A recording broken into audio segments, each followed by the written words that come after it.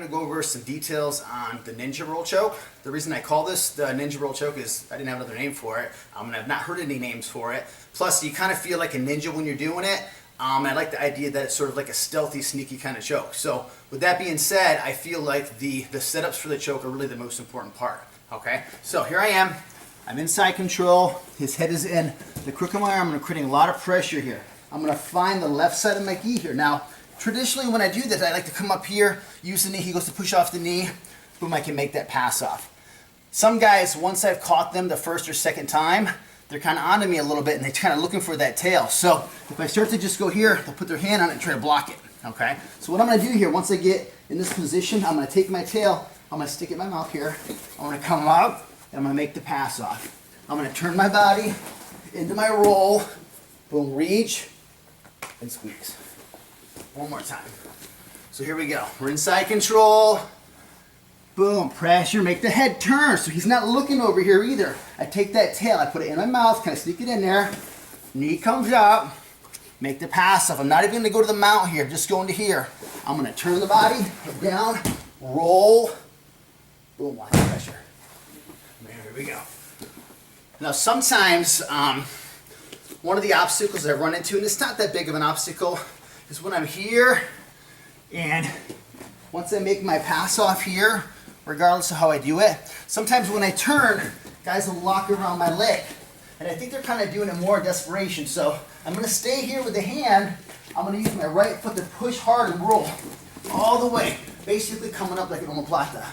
I'm going to keep my legs back. Now look, the hand is still on the collar. I never let go of that collar.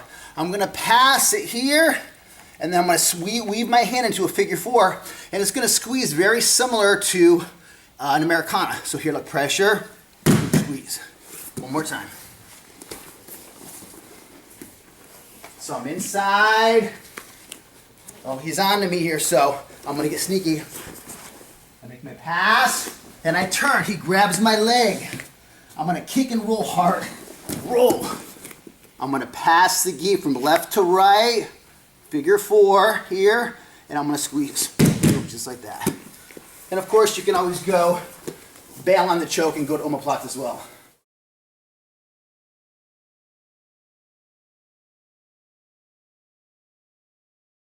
Kind of a little bonus move here, something I've been working on here for a bit. So I'm in basically a failed armbar position here. My right hand is weaving through. My gi's open. I'm going to take my left hand, I'm going to pass the tail to my right hand. I've been calling this the snake in the grass choke. So basically I pass it, this is the snake. I'm going to take that snake, I'm going to weave it through and pass it to my left hand.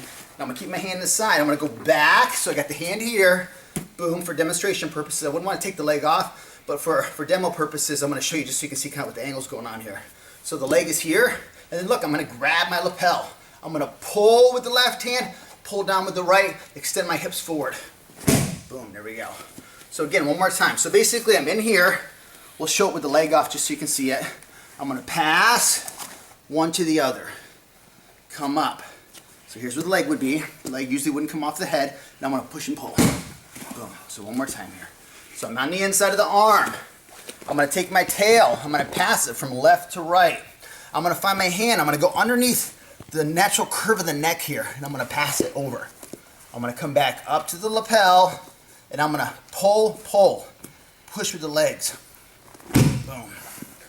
Now another variation that actually I think works even better than the first one, watch here. So we're going to take the tail, we're going to pass it, same setup as before, under the neck and grab. Now I'm going to take the leg off just so you can see what's going on here. This hand here is going to go down, and I'm going to make a nice tight fist. I'm going to line up my fist on this carotid artery here.